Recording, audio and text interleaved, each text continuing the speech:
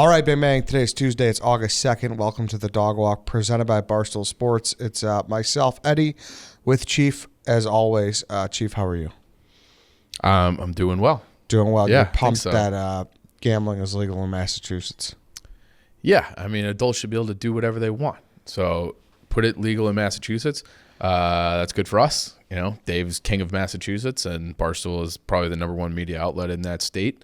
So yeah, I would hope that would be good for Barstool Sports and for the people of Massachusetts too. That's a fact. That's a fact. Yep. You think if Dave opens up a Boston office, are you going?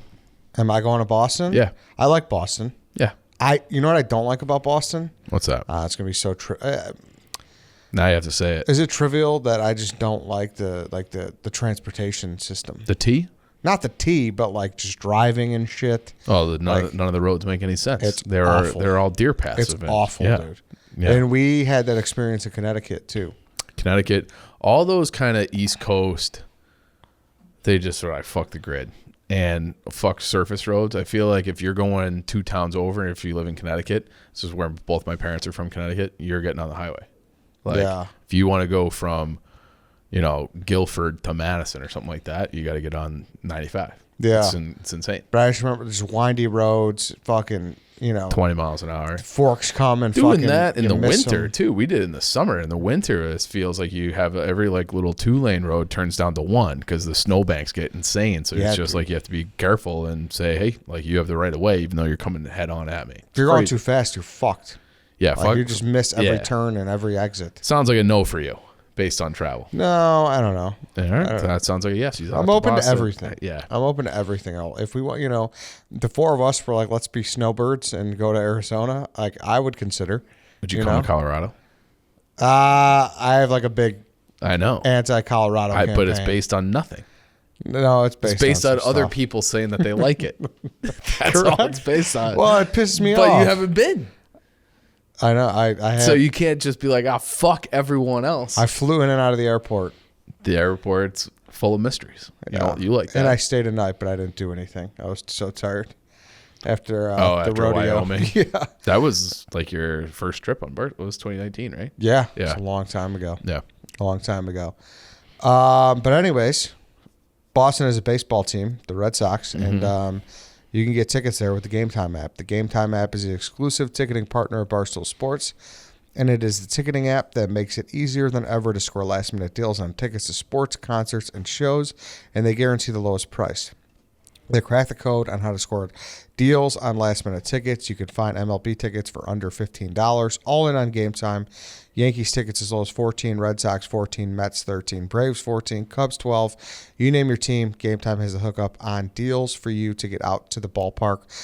It's a trade deadline, so you're going to have a lot of new players, hopefully, or you're going to pay homage to the people that left. So Go grab your tickets. The best part is you get $20 off your first purchase. Download Game Time. Go to the account tab to create a login and redeem code DOGWALK for $20 off your first purchase. Terms do apply. Download Game Time. Last minute tickets, lowest price guaranteed. Football season's here. That's true too. Yeah. So get August. Get a preseason ticket. I bet Get you a preseason ticket. College football starts August 27th. Yeah, it's crazy. So we're a few mere weeks away. And get on that Game Time app. Make sure you have tickets for opening week. That's coming. Also, I mean, our topic of the day is Saudi Arabia. Yeah. We're back in the news. Well, seemingly always, but it's like a wild. I think that might be the most fascinating country on earth right now. And I have to say, they are accomplishing their goals, in my opinion. Depending on what, depending. I've never been fucking sucking down so much Saudi Arabia news in my life. They are, but I think that's. I'm not saying that's positive. I'm just making it a note. We'll get into that. I think that might be their number one goal. If it is, they're like, yeah. I swear you can't. I mean, there's a fucking trivia answer the other day too. Oh, was it? Yeah, remember at it was like the largest country with 2 names. Yeah, Landmass. Yeah, that was at the Barstool Bar. Yeah, and it was Saudi Arabia. I got it right for us. It was like besides the United States. Yes, besides the US. I know, but it's all over the place. Fucking everywhere. With LIV, and yep. This new thing dropped of their new city or whatever they want to do, and then I always revert back to will Saudi Arabia still be a country in 2050 because the whole oil crisis and whatnot? Well, and that's what this LIV Tour ultimately, LIV Tour, this city that it's NEOM, NEOM. I don't know what it stands for or if it's an acronym or what, but I blogged it last week. That's what you're talking about. Like this city that is straight out of the fucking future because it's 100 miles long. Okay. So 170 kilometers. I'm not like a big metric system guy. So it's 100 miles long. It's roughly supposedly going to be about 500 meters tall, which is similar to the height of the Empire State Building, to give you context. So pretty fucking tall. Yep. And then it's only 200 meters wide. So it's like, you know, I don't know, what's that, like 6 blocks or something like that wide? Like it's not like it's there. They call it the line that, you know, it's a linear city for a reason. And they do these, they released this video that was all like computer generated graphics, and they show what it would look like at night from space. And it's just like this line that just cuts right across the desert from like sea to shining sea. So from like the Red Sea out to like the Indian Ocean, 100 miles long across the country. And it's like this guy who's their new leader.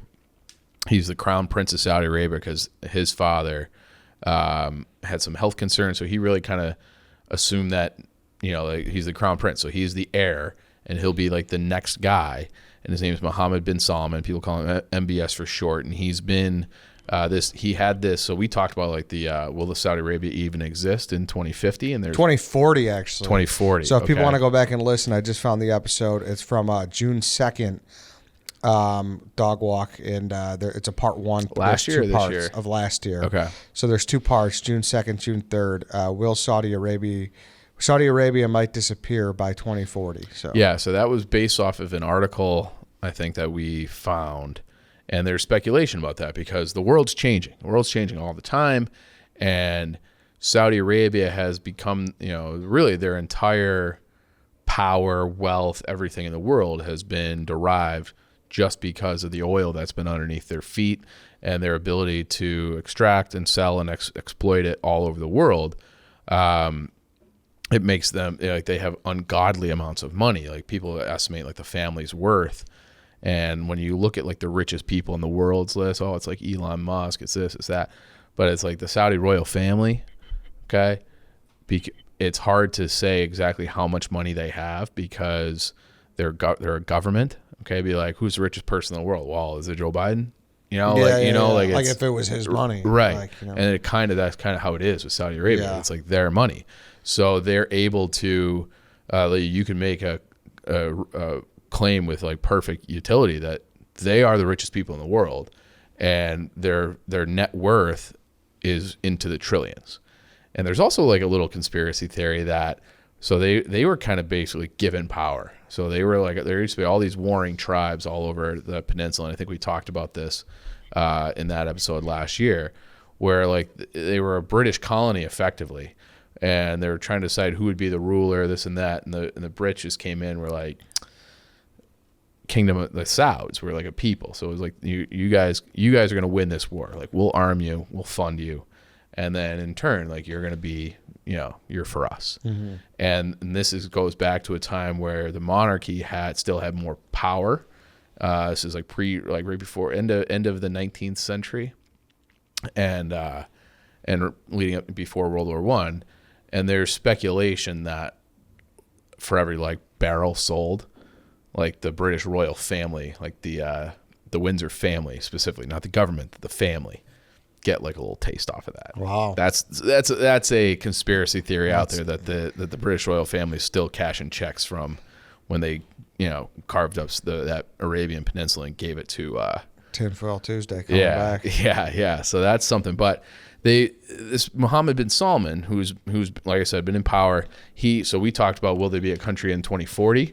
Well, he's getting ahead of that, and he has this thing that he unveiled like 6 years ago called Vision 2030, and it's a vision for the future. And this linear city is part of that. And one of the stated goals for Saudi Arabia, whose entire wealth is predicated upon fossil fuels and oils, is to have 50% of the entire country's energy come from renewable resources. So they're investing heavily in solar, wind, not hydro, because why? They don't have a single river in their entire country. Not a single river. Okay. So solar and wind energy for the most part. And then they have that specifically that linear city, that Neom. That's going to be entirely all of its energy or 100% of its energy is going to come from renewables. And then they have some sort of water usage filtration system that 100% of their water is going to be sustainable, renewable too. So they actually are doing they have, similar to the way that they pump water out, okay, they've also found a way to turn the middle of their country, which is all desert, they're making it green. So they have like this aquifer underneath the surface. So like 10,000, 20,000 years ago, similarly, we've talked about this with Africa before, North Africa, the Sahara Desert, it was like this lush farmland. Well, they had unbelievable, and you can do this through geological studies too, where they had unbelievable amounts of rainfall on the Arabian Peninsula like 10,000, 12,000 years ago. And then the climate changed and it turned back into a desert. But all that water had to go somewhere, and it went in large amounts to underground. So they have these giant, like the entire, it's like if you dig a well in Saudi Arabia, you're either hitting water or you're hitting oil. And it's like, those are probably the two best things to have. So now same way they have all these oil pumps, they have this region in the middle of the country, maybe a little bit more towards the south, where they pump out water. And if you could see it like a satellite image from space, you're like, what the fuck are all those green things in the middle of Saudi Arabia? It's like, well, they can grow crops. Yeah. So they're able to be not totally self-sufficient from an agricultural standpoint, but getting there. And they're also, the Middle East in general is pioneering vertical farming. So they'll have like UV rays, and they'll have some greenhouses where instead of just growing plants on the ground, you'll have like stories and stories and stories of crops that you're growing. So whether you're growing grains or whatever, and you can use less water when you're doing vertical farming, because it's going to you're doing it right into the root system. You're not losing anything to evaporation, and you'll have a higher yield on a smaller square footage than you would have just growing normal plants on one level on the ground. So they're doing great things with agriculture. It's fucking Sim City. Okay. Now, is this a PR thing though? Like, is that why they're doing this? Okay. I think it can serve more than one purpose, but it's like, you never watch a show Mad Men, right? No. There's this line where Don Draper was meeting with the guy who was building Madison Square Garden, and they were going to tear down Penn Station to do it. At least that was like the original plan. I don't know if whatever happened with that. I'm not a New York expert or anything, but there was a lot of pushback, because it's like, hey, Teddy Roosevelt, he went through Penn Station, and this is like this great historic, United States landmark that was built, and like we should preserve these great old things that we've built. And this guy was going to tear it down and build, Madison Square Garden, a newer, better train station, sports and entertainment, the whole thing. But there was a lot of backlash. So Don Draper's advice was, if you don't like what people are saying, change the conversation. So we've been sitting here for 15 minutes talking about Saudi Arabia. We haven't mentioned one horrible thing. And they have a long list of them, because all we've been talking about is, and same thing in the public, general public, the conversations, LIV Tour. Whew, a lot of that Saudi oil money, a lot of that money going around. They also bought Newcastle soccer team, which historically has been like a top 8 team. They're getting back to that now. They bought them a couple of years ago for maybe not even a couple of years ago, but for 400 something million. So they have that. They bid 150 million to get a Tyson Fury fight. They're doing the LIV Tour, Tyson Fury. They have a bid out to be the hosts of the 2030 World Cup, and they really have. So if you go to like their Vision 2020 website, one of their big projects is this thing called the Riyadh, which is their capital, the Riyadh Sports Boulevard. So it's their capital city. If you look at it, vision2030.gov.sa, it has like it's crazy. So they have like a soccer field and like multiple soccer fields. They have these elevated, it almost looks like a, like the 606 in Chicago. Like okay. They have like 1 million of those 606 paths, and they're like, some are for horse riding and some are for biking, some are for jogging. They just zigzag all across this part of the city where they're going to be building this. And one of their things was that we want to have a more active and athletic population. And they've already sort of achieved that. There's a study out that says 28%, or they have a 28% increase of the population who participate in athletic endeavors at least once a week. So like you with your bocce ball, okay? I've been trying to do soccer on Saturday mornings. It's a big mistake, okay? But stuff like that, where it's like that was just not common practice in Saudi Arabia and the population before. This guy, MBS, is like, no, we're going to transform everything about our culture and our country. So we're going to be more involved in sports. They're letting women drive now. So since 2018, that was the first time that they allowed women to drive. It was been like a social push in that country since the 90s, and now they're like, oh, women are driving. They're also improving like roads and shit like that. So all that kind of infrastructure. Long story short, all these different projects that we're talking about, they've committed to spending $7.2 trillion on domestic projects, and then they also have this thing called the PIF, which is their sovereign wealth fund, which has $1 trillion. It's like $1 trillion investment that MBS, he's the crown prince, will be the king someday, just kind of just runs. So that's what Newcastle, that came from that fund. We're going to buy them. LIV Tour, that's in that fund. And it's because they want to change how the world views them, because most of the publicity around Saudi Arabia historically has been negative.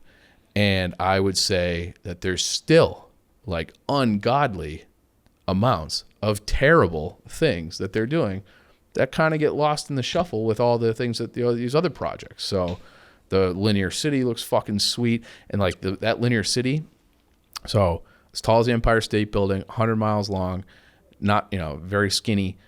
The whole outside of it is going to be covered with mirrors. So if you're looking at the city from the outside, and they're like, it like goes into this lake where there's like a coral, or not a lake, ocean side where there's like coral reef. They're like, oh, experience all this nature around you, just outside these mirrored walls.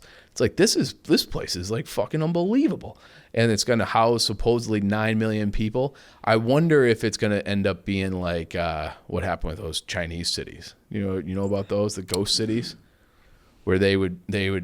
Because they have these huge populations in Shanghai, Wuhan, Beijing, like, tens of millions of people. And they're like, we need to like balance out our population, get people to move out into these different parts of the country.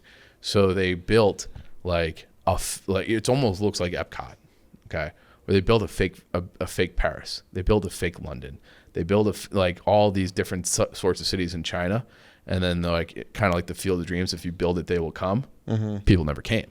So they just have like these complete like high-rise apartments, beautiful streets. They have like an Eiffel Tower, like all this kind of stuff. It looks exactly like Paris. Nobody lives there. It's bananas to watch a video, because they spent billions of dollars to build these places that just no one lives there. Mm-hmm. So it's like a fake infrastructure. It's like, let's just employ people and we'll build this thing and hopefully people go, but we don't really care because we're China. But that's how that worked out. And now I wonder if this city will be more of the same. I don't know. So it makes sense that, and we said that in the podcast from last summer, like this is what they're shifting to. Yeah. That they want to diversify and not just be oil money. Right. And this like they even call this a post-oil plan. Mm-hmm. For Saudi Arabia. So another thing about that linear city is one of the things that they're broadcasting, the location it's going to be Arabian Peninsula, so Red Sea, Arabian Peninsula, and the Indian Ocean. It's like 6-hour flight from like 60% of the population, of the world's population. So you want to go to Beijing, 6 hours. You want to go to Germany, 6 hours. You want to go, places in India, 6 hours. And then those ports, okay? So if you're talking about like, hey, we're shipping goods from China to Europe, well, they go, this is like another thing we'll probably talk about someday, the South China Sea. It gets kind of choked off in one point, and then it continues around the Indian subcontinent, and then into that Red Sea. Like, right, they go right around Saudi Arabia and right by Saudi Arabia. So they're like, hey, like, we can be like a major global trade output post too, like kind of like they used to be in like the way olden times, that they would be kind of this, the Middle East was like a cultural hub and a meeting point where they're going to have everybody like kind of meet in Saudi Arabia and like have trade exports going out around the world.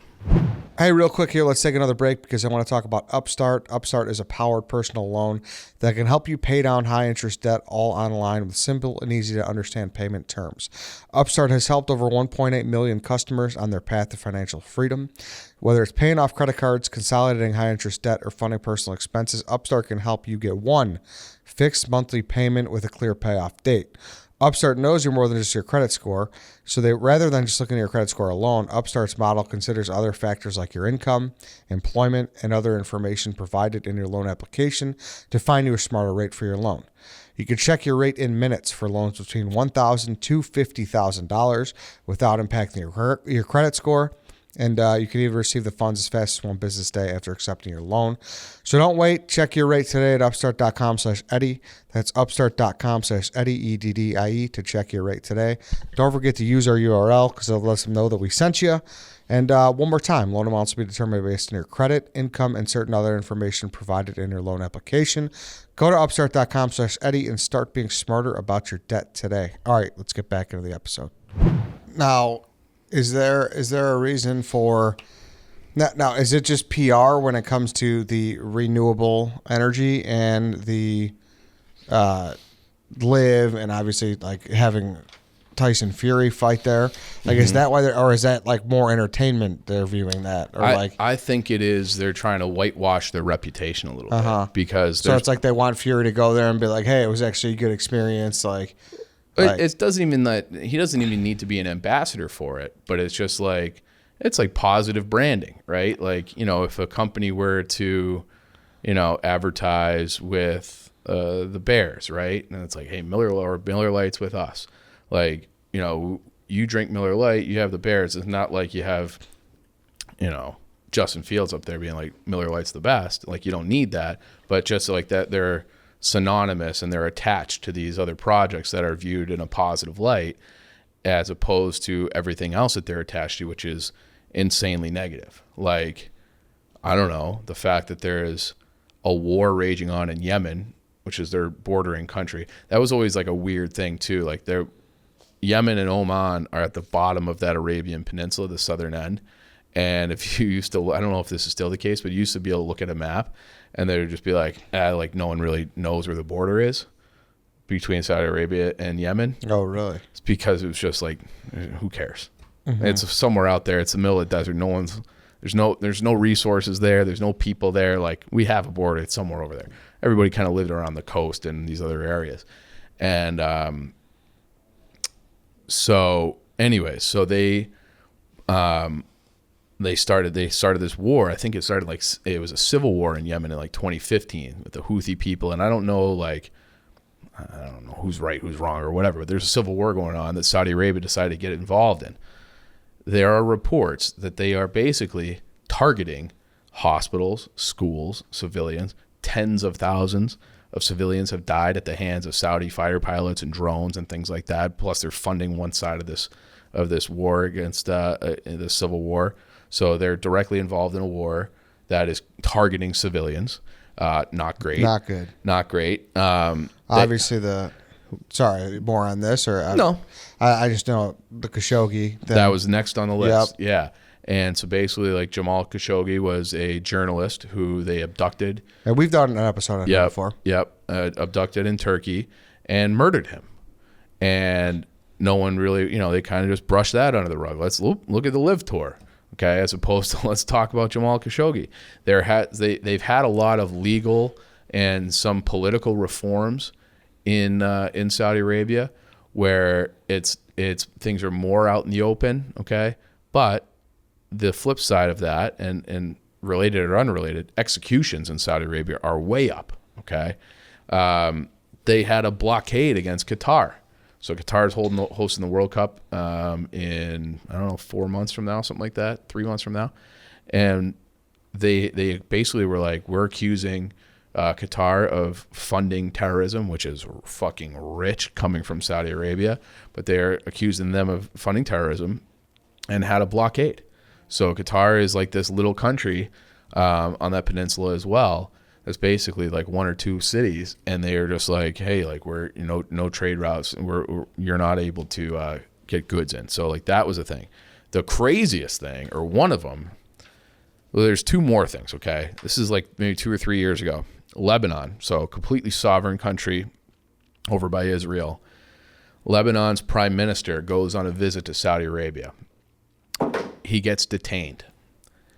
He pops up a day later on Saudi Arabia state television to announce that he's resigning from his prime ministership, and he's in Saudi Arabia announcing on their TV that he's resigning a day after being held in jail.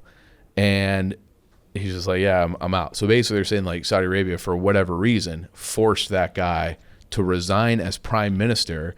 And their president, they had like, it sparked like all kinds of outrage all over Lebanon. Like, hey, like who are they to tell us to tell our prime minister, who we elected, that he has to go, that he has to quit. And then like the president of Lebanon was like, yeah, we're not accepting his resignation. He's like, wow, I resign. So, that's one thing. And then the craziest thing, that at least one of the, I think it sounds crazy. Have you heard of this thing? They did the Ritz-Carlton purge. Okay. No. So Ritz-Carlton, obviously like one of the fanciest hotel chains in the world. They have one in Riyadh, which is the capital city of Saudi Arabia. And the MBS had like hundreds of the country's richest people detained, arrested, but arrested at the hotel. So you're not in like a jail cell, but you can't leave the hotel. And it was basically like, get in line and support me, or you're fucking out and we're seizing your assets. So they stole and forced the sale of a lot of these businesses that were, run by people outside of the Saudi royal family. Basically, we're like, you have to sell your company to us. And it was MBS's way of kind of getting rid of anybody who might be seen as a political rival. And that's always like a thing when there's going to be a new king, which is what he is. He's the crown prince, and he's he's like the head of state at this point. Like, so when Biden goes over and he's meeting with Macron this week in France, and like, they're not talking to the king, they're talking to MBS, because MBS is like the guy. Mm-hmm. And he's like probably close to our age, maybe 40. And so he had all these people arrested, all like the richest people in the country arrested, and basically forced them to sell or stole their assets or just made them swear allegiance, pledge fealty to him, or, you're fucked. And it was like, you can stay in this hotel until, under guard until you're ready to kiss the ring. And then basically everybody just got in line. So that's how he like consolidated his power to make sure that he was the guy. Wow. As things went forward. Have you ever seen this movie? It's George Clooney's in it. George Clooney, Matt Damon. Came out in like 2005. Ocean's 13. Syriana. Okay.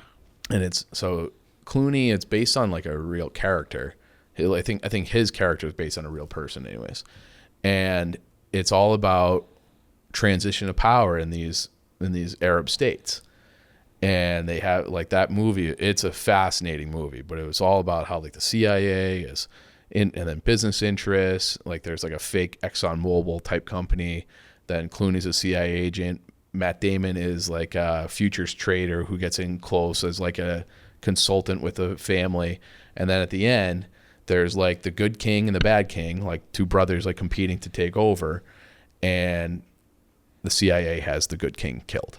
Okay, so then they put their guy, the reformist, they put their own guy in power. And it's almost like MBS is like a hybrid of this guy who wants to do all these great reforms, but if you get in his way, you're getting your fucking head chopped off. And that's all there is to it. So it's like anything else. It's kind of like that duality of man. Like if he wants to do some things to take Saudi Arabia forward, You can make genuine claims that quality of life in Saudi Arabia for its general population is better than it was, but it doesn't mean like he's a good guy. It's just like he's trying to modernize the country probably for his own benefit and, you know, his family's power. And they're doing all these sorts of things, Live Tour, Newcastle, whatever else they're trying to do, World Cup, crazy fucking cities, as a means to be like, hey, look at us. And we're going to be green. We're going to do all these great innovative projects, the different healthcare things. Like they're really improving their healthcare for their population too. They've done like some really like genuinely good things. While the underneath, it's like the more things change, the more things stay the same sort of situation where it's like they're still fucking bad people. Mm-hmm. So. And then obviously I saw that Trump clip about 9/11. Like, yeah. So I mean, that's one of those things where it's like things are redacted, but 19 of the hijackers were from Saudi Arabia. Mm-hmm. They had a handler in San Diego getting them to flight school who worked for the Saudi royal family. So like they knew all about that guy knew all about the plans, and he was like a diplomat for the Saudi royal family. So somewhere along the way, like I think, like they knew, maybe not all the way to the top, but people in the Saudi royal family were definitely involved on some level, funding or something 9/11. Mm-hmm.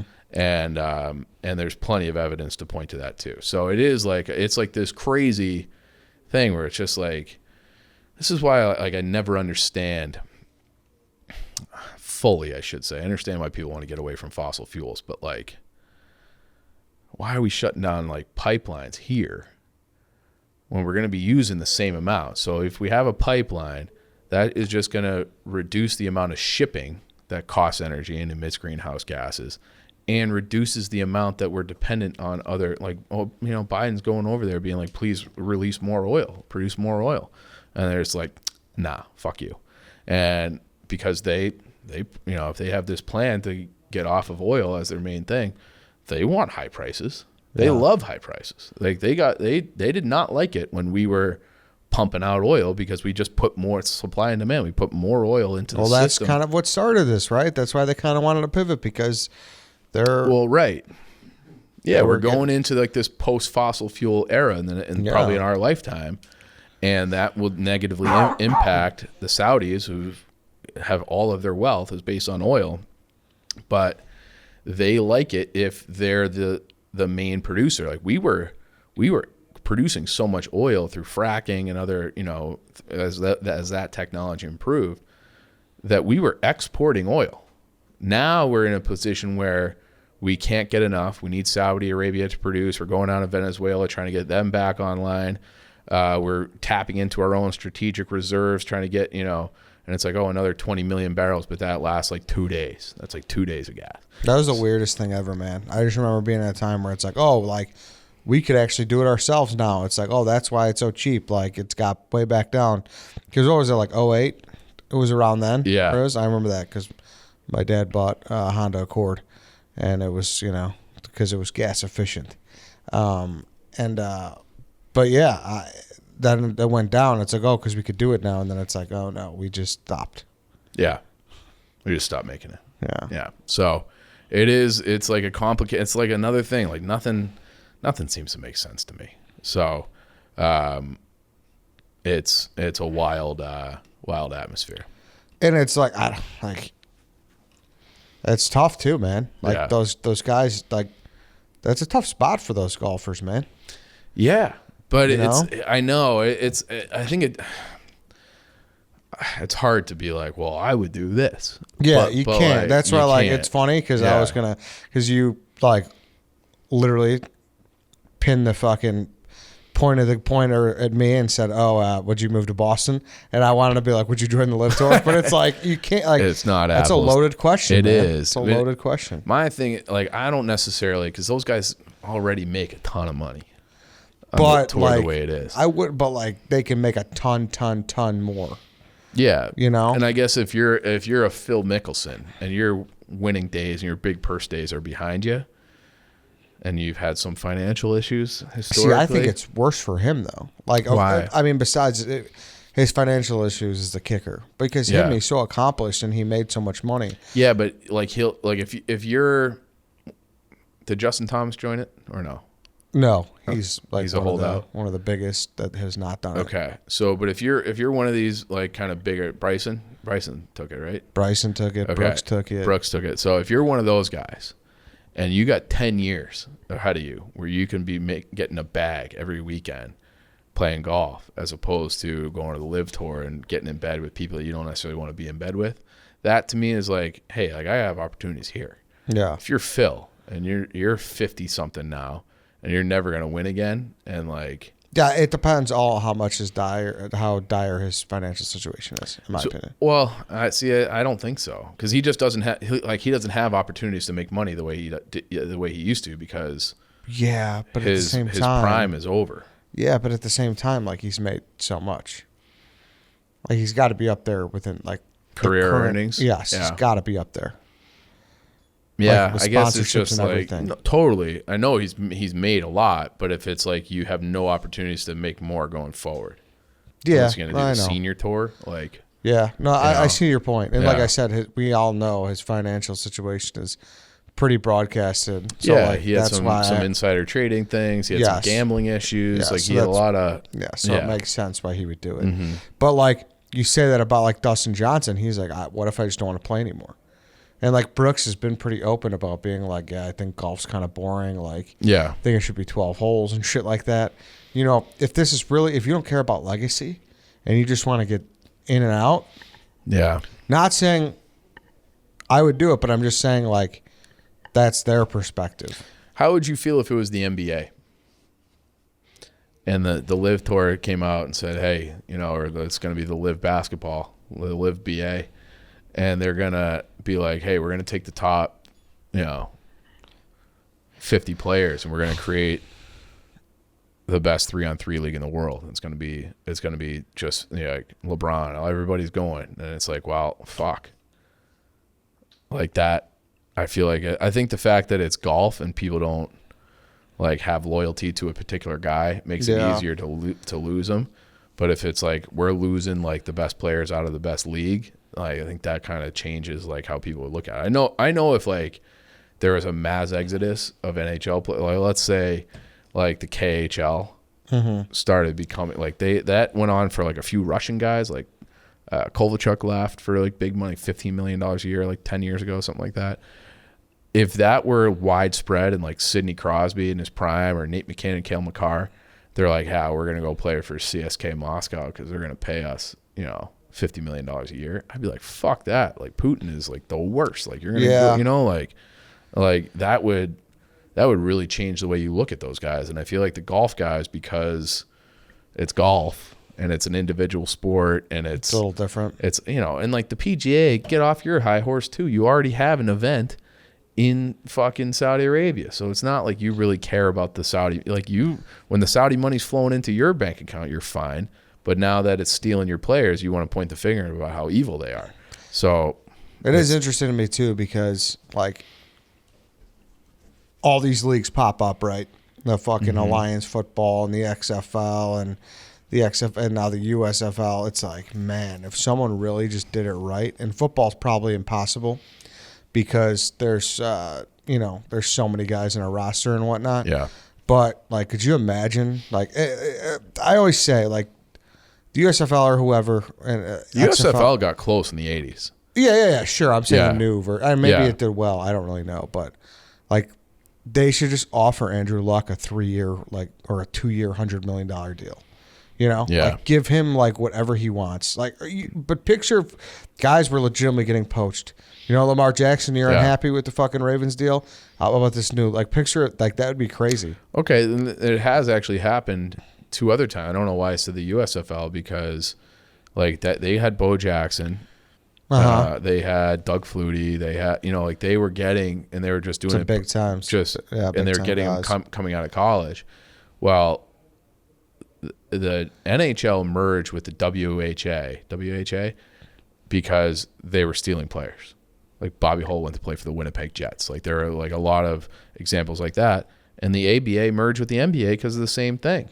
It's Dr. J went, he was playing for the Brooklyn Nets, and they had George Gervin was on the, some of the greatest stars in the league had just joined this upstart league and forced AFL and NFL. So like we've seen it happen before, but now it feels like there's laws in place. There's antitrust law, it's like they have a monopoly on those sports. But I feel like it was probably easier to break in because they were all kind of startup leagues in a way, I guess. Because but I'm not saying I want the Saudis to do it, but I'd like to see the NFL get some competition. I think it's got way too fucking greedy. I really do. The NFL is it's crazy. Yeah, man. It's crazy. I think you could probably do a spring league, and that was what the USFL was originally doing. Well, that's what they're doing now too. Yeah, but like back in the day when they were like legit, when it was more legit, and they were like, there's a great 30 for 30 on that. But basically, at least that 30 for 30 tried to pin it on Trump. I remember that. Trump tried to be like, nope, like football's in the fall. Let's put ourselves head to head against the NFL, and it just didn't work. Yeah. And they tried to file like an antitrust lawsuit, which they won.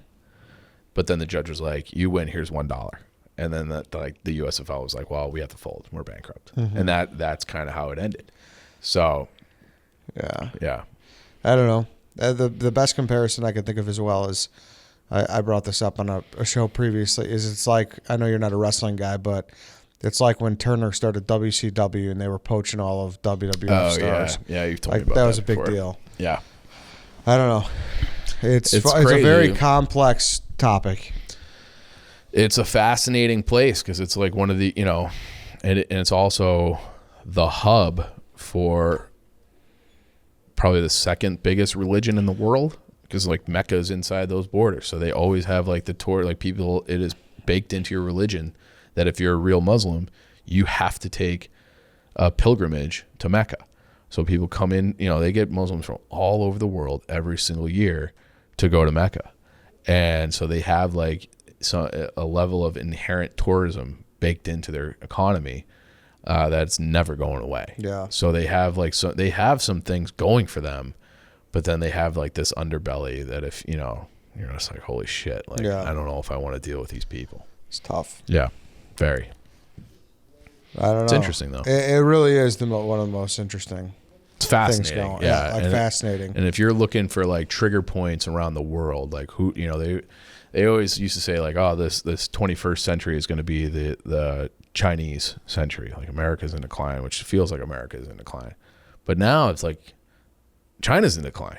Mm-hmm. China, we should do an episode on that where they have like tanks, like literal tanks on the street protecting their banks. And they have widespread protests all over the country for the first time that I can remember, because people put all their whole life savings into these mortgages and they're for these houses that weren't built yet. And then they didn't get it back.